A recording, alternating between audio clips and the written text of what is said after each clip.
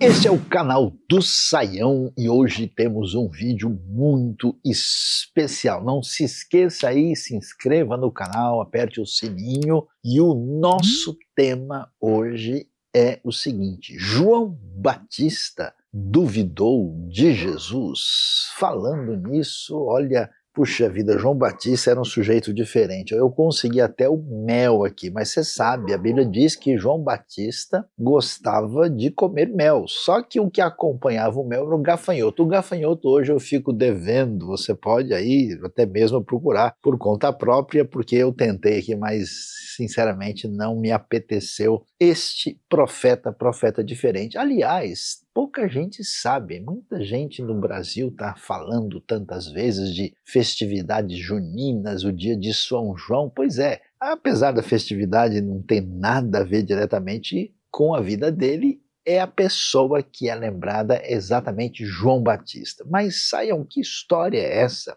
João Batista, o precursor de Jesus, aquele que era o Elias que haveria de vir, aquele homem tão diferente, aquele que foi considerado, vamos dizer, ninguém foi como ele, de acordo com o próprio Jesus, quer dizer que ele duvidou de Jesus? É isso mesmo? Então vamos dar uma olhada e ver o que temos no próprio texto bíblico. Lucas, o famoso evangelista Lucas, aquele médico amado, como ele é chamado pelo apóstolo Paulo, ele vai dizer o seguinte: os discípulos de João contaram-lhe todas essas coisas. Ele então, chamando dois deles, enviou-os ao Senhor para perguntar-lhe: tu és aquele que deveria vir ou devemos esperar outro? Quando os homens chegaram para falar com Jesus, disseram: João Batista enviou-nos para perguntar-te: tu és aquele que deveria vir ou devemos esperar outro? Naquela mesma hora, Jesus curou muita gente de doenças, de enfermidades, de espíritos malignos e deu visão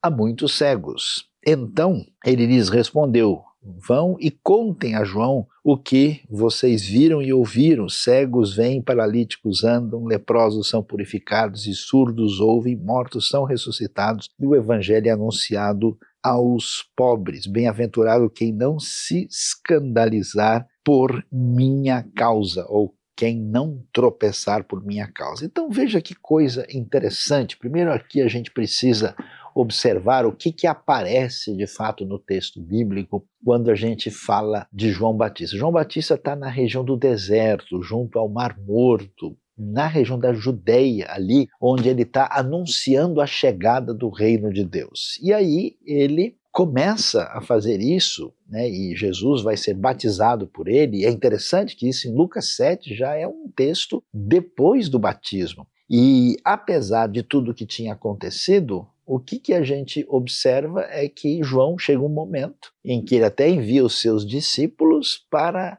irem a falar com Jesus, e Jesus está na região da Galileia, mais ao norte da terra de Israel, e perguntar para ele: escuta, o que está acontecendo aqui? Você é realmente o Messias? Por que esse texto é tão interessante e valioso para a gente? Bom, em primeiro lugar, o que a gente descobre aqui? A gente descobre que o texto bíblico não é um texto preparado e arquitetado para, vamos assim dizer, levar as pessoas a acreditarem numa coisa sem qualquer fundamentação. Porque se alguém tivesse planejado o texto bíblico para tentar construir um projeto de atrair pessoas, ninguém incluiria esse texto lá. Ninguém colocaria o próprio João Batista, aquele que é o precursor de Jesus, fazendo perguntas sobre ele. Então, a razão por que isso aparece no texto é porque isso, de fato, aconteceu. E a segunda coisa que chama a nossa atenção, ao contrário do que muitas pessoas têm em mente, é que o texto bíblico abre o caminho para todo tipo de pergunta, questionamento, dúvida, né? Como nós vamos ver, esse tipo de postura nos próprios profetas, no salmista, nas pessoas, nos discípulos, quando chegam e dizem: escuta, Senhora, será que é assim mesmo? Então, diferentemente de alguns ambientes onde a mentalidade não permite esse tipo de articulação, esse contexto do pensamento bíblico apresenta as perguntas, as questões no próprio texto, por isso essa atitude é legitimada. Tanto é que quando Jesus ouve, né, esse questionamento vindo de João Batista, Jesus, em vez de dizer, como assim? Mas não é possível, mas o próprio João está duvidando de mim, peraí que eu vou resolver esse negócio agora. Não há nenhuma reprimenda, não há nenhuma postura da parte de Jesus que coloca em xeque o questionamento de João. Mas a pergunta fica para a gente, ou saiu entre o gafanhoto e o mel, será que temos uma resposta do céu? Que história é essa do João Batista duvidando de Jesus? Então veja que coisa interessante. Para entender isso, a gente tem que considerar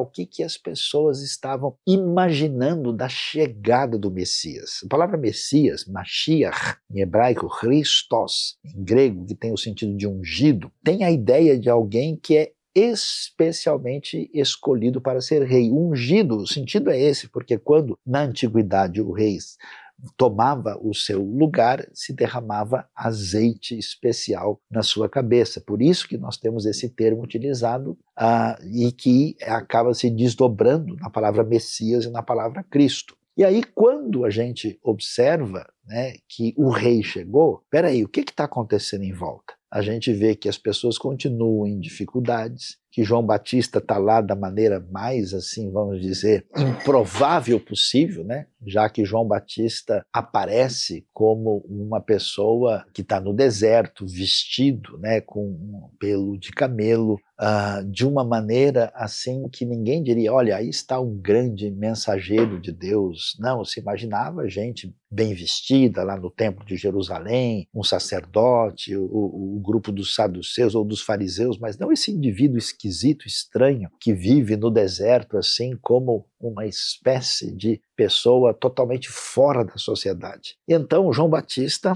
aparece, né, nesse cenário, e esse cenário por si só já é algo inesperado. Mas a coisa mais inesperada é quando chegar o rei, ele vai fazer diferença na vida do povo, vai fazer diferença especialmente entre os mais desfavorecidos, e ele vai certamente trazer de volta o reinado para o trono de Davi. E o que acontece? Jesus não parece nada disso. Ele não parece um guerreiro, ele não é um conquistador, ele não é alguém que está lutando para ter o trono, e pelo contrário, o que é mais estranho é que Jesus resolve se fixar numa região, vamos assim dizer, desprezada e irrelevante do ponto de vista religioso. Ele está lá na Galileia, ele gasta o seu tempo principalmente ali entre Cafarnaum, Corazim, Betsaida, na margem noroeste daquele lago ao norte. E então ele está acompanhado de alguns discípulos que são, na verdade, jovens, assim, eu diria um pouco mais do que adolescentes, né? São jovenzinhos de 18, 20 anos de idade, e que são pescadores e de pessoas de perfil muito simples, daqueles vilarejos da Galileia. Então, assim, como assim esse indivíduo é de fato o Messias? Como assim ele é o libertador? Como ele é o prometido de Deus? Como assim através dele iria chegar à salvação? Aí a gente percebe um elemento que é muito importante para quem lê a Bíblia e pretende desfrutar do seu ensino para a vida e para a interpretação da realidade diante de Deus e dos homens. A Bíblia é marcada por aquilo que a gente pode chamar de inusitado, inesperado, absolutamente distinto do que alguém poderia imaginar. E por isso que as pessoas que, vamos assim dizer, mais estudavam o texto bíblico nos dias de Jesus, quando o reino de Deus chega através de Jesus, essas pessoas ficam perdidas porque eles criaram expectativas em função da sua própria leitura e interpretação, em função de momentos históricos que eles haviam passado e não estavam preparadas para receber o Messias que chegou. E isso é tão forte, é tão assim absurdo, porque, preste atenção, passa tempo, né? Depois que João Batista batiza Jesus, é muito possível, diante do que a gente viu que aconteceu no Rio Jordão, com aquele batismo, com aquela voz que vem do céu, esse é o meu filho amado em quem eu tenho toda a minha alegria, e quando nós vemos tudo o que se passou ali, é provável que as expectativas de João certamente se elevaram. E agora o que acontece? Jesus desaparece, o tempo passa, Jesus não surge de maneira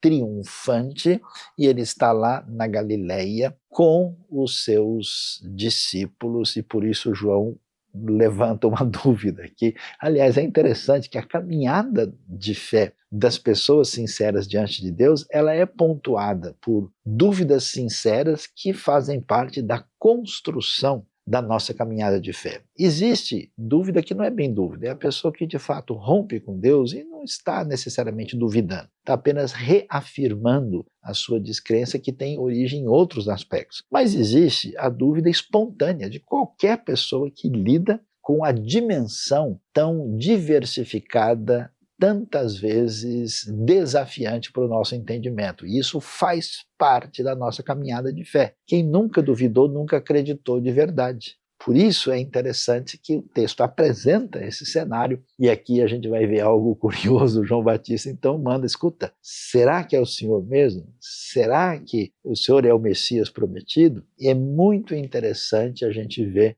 que Jesus não vai dar qualquer reprimenda a esse tipo de questionamento, e a sua palavra, ela chama a nossa atenção, voltando aí para dar uma olhada lá em Lucas capítulo 7, a gente observa o que o texto vai nos apresentar com bastante clareza.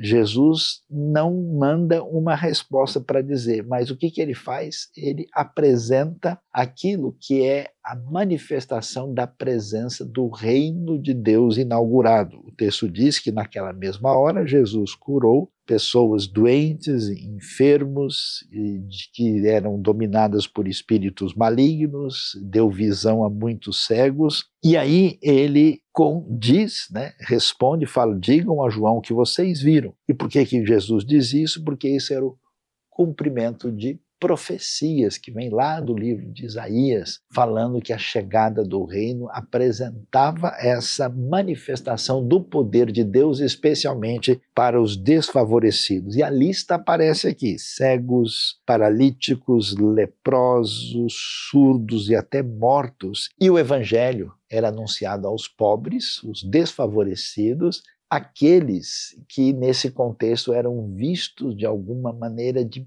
privados da graça e da bondade divina. Então, o que está acontecendo? Jesus está dizendo, olha aqui os sinais que aparecem nas profecias, já se manifestando, porque o reino de fato chegou, o Messias está presente. Bom, diante desse cenário, a gente então descobre algumas coisas muito importantes. A gente descobre como o texto bíblico faz questão de incluir nas suas narrativas, nas suas poesias, no seu conteúdo, vamos dizer, certos textos que, por intenção do autor, são problemáticos, porque o objetivo é mostrar o que aconteceu à luz daquilo que é a intenção divina e não simplesmente contar uma história bonitinha, redondinha, em que a gente não encontre nenhum ponto de interrogação. Segundo, esse texto que faz isso, certamente é um convite a você, a mim, para que a gente tenha uma espiritualidade marcada por uma atitude de bom senso e de raciocínio. Então nós somos convidados a perguntar, somos convidados a interagir com o texto na dimensão que ele nos apresenta. E isso chega a ser extremamente curioso, o fato de você ver um indivíduo tão extraordinário, tão elogiado, tão exponencial como João Batista, ele mesmo apresentando as suas dúvidas em relação a Jesus. E por que as dúvidas? Porque certamente as expectativas que nós temos sobre Deus, sobre a obra de Deus, sobre a revelação, sobre o que o próprio Messias, o que Jesus faria ou haveria de fazer, certamente desafiam o que nós colocamos como uma espécie de proposta sobre o que Deus deveria fazer e como o próprio Messias deveria agir. Isso certamente é muito importante e útil para a nossa reflexão. Então, agora você caminhou com o saião e fique tranquilo, porque essa palavra do céu evita que todos aqui precisem comer gafanhoto com mel. Então, fique ligado com atenção aqui no canal do Saião, onde nós aprendemos de montão. Não se esqueça, curta o nosso vídeo, mande para os seus amigos, divulgue, aperte o sininho e fique ligado, porque aí vem mais vídeos para a nossa reflexão, para continuar aprendendo com o amigo Sayão.